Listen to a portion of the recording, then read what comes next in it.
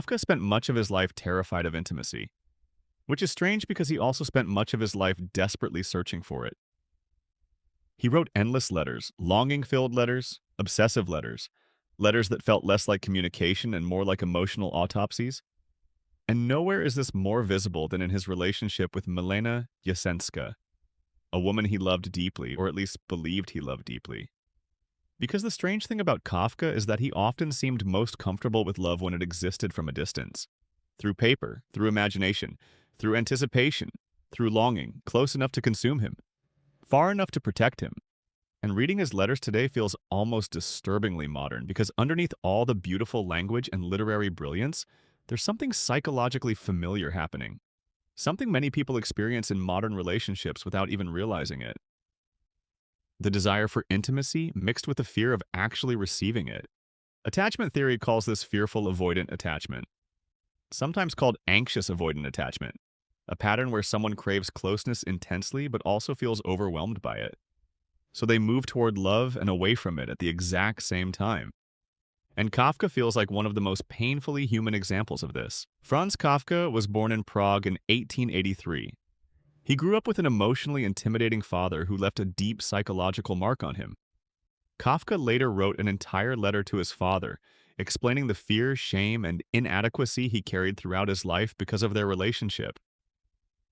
That fear followed him into adulthood, into friendships, into his body, into romance. He constantly described himself as weak, broken, incapable of normal life. Even when people loved him, he often struggled to believe he could safely exist inside that love. Then he met Milena. Milena Jasenska was a Czech writer and translator. Brilliant, charismatic, emotionally intense, she began translating Kafka's work into Czech, and eventually they started exchanging letters, and the letters quickly became overwhelming in the best and worst ways possible. Kafka became emotionally consumed by her. But what's fascinating is that much of their relationship existed through distance. Through words, through waiting, through imagination. And psychologically that matters, because for many people with anxious avoidant tendencies, distance can actually intensify emotional attachment. Distance leaves room for fantasy. The human mind begins filling gaps with projections, hopes, imagined conversations, imagined futures, imagined versions of another person. The uncertainty itself becomes emotionally addictive. And modern technology has accidentally made this even more intense. Texting, typing indicators, read receipts, waiting for replies, staring at someone's online status, rereading conversations at 2 a.m. So much of modern romance now exists in anticipation rather than reality, which is why relationships can feel emotionally devastating even when almost nothing concrete happened, because the brain doesn't only attach to people, it attaches to possibility. Kafka's letters are filled with this strange emotional duality, intense longing mixed with terror. At one point he writes to Milena, "I miss you deeply, unfathomably, senselessly, terribly." There's no restraint in that sentence, no emotional distance. It feels almost dangerous in its intensity. But then elsewhere, Kafka becomes frightened by the very closeness he desires.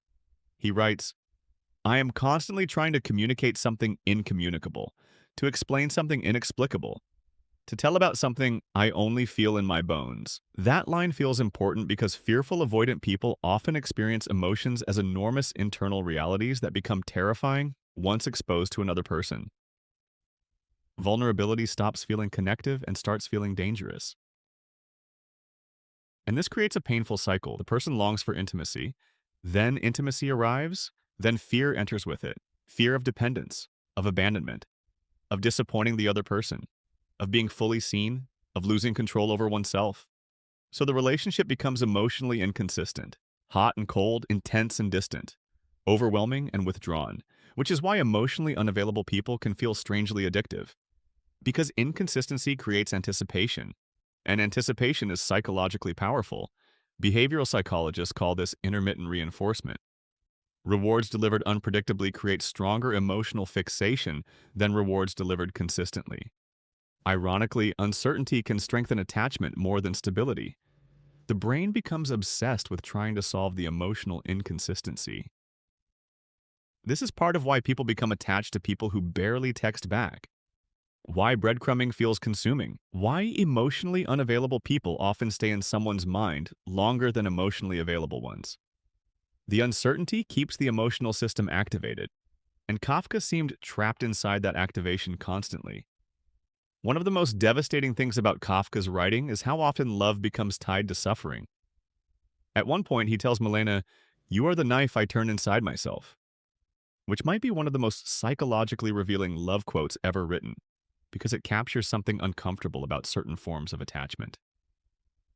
Sometimes people do not only seek love, sometimes they seek emotional intensity, and those two things are not always the same. For people who grew up associating closeness with instability, criticism, inconsistency, or emotional unpredictability, calm intimacy can actually feel unfamiliar, sometimes even unsafe. The nervous system becomes accustomed to longing, anxiety, hypervigilance, emotional guessing games. So when love feels peaceful, the brain struggles to recognize it as love at all. But when love feels painful, uncertain, consuming, obsessive, it feels real. And Kafka's relationship with Milena often carried this exact energy. The relationship becomes emotionally enormous, partly because it remains partially unreachable. Longing keeps expanding in the absence of resolution. There's another Kafka quote that feels almost terrifying when viewed through attachment theory. He wrote, "A cage went in search of a bird." People interpret this quote in different ways, but psychologically it feels deeply revealing. Because some people enter relationships already carrying emotional prisons inside them. Old wounds, fear, loneliness, shame, abandonment. And without realizing it, they begin searching for someone who can finally resolve those feelings. Someone who can make the anxiety disappear. Someone who can make them feel chosen enough, loved enough, safe enough. But another human being cannot permanently solve an emotional wound created long before them.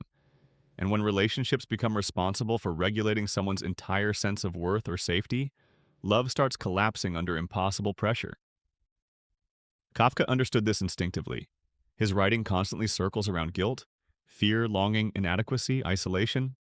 Even when he approached intimacy, there was often a feeling that he remained psychologically outside of it somehow, observing himself experience love instead of fully relaxing into it, which feels painfully familiar today, especially online, because modern relationships often encourage emotional projection more than genuine intimacy. People fall in love with imagined compatibility, texting chemistry, curated versions of each other, late-night vulnerability, emotional intensity created through absence, and sometimes the fantasy becomes stronger than the actual relationship itself. The tragedy is that longing can start feeling safer than closeness, because longing still allows control. Reality does not. Real intimacy requires being known fully, seen fully, disappointed fully, humanized fully. Fantasy allows perfection, distance allows projection, ambiguity allows hope to survive indefinitely, and Kafka seemed caught between wanting love desperately and fearing what real closeness would demand from him psychologically, which is why his letters still feel so modern. Because so many people today are trapped in the exact same emotional contradiction.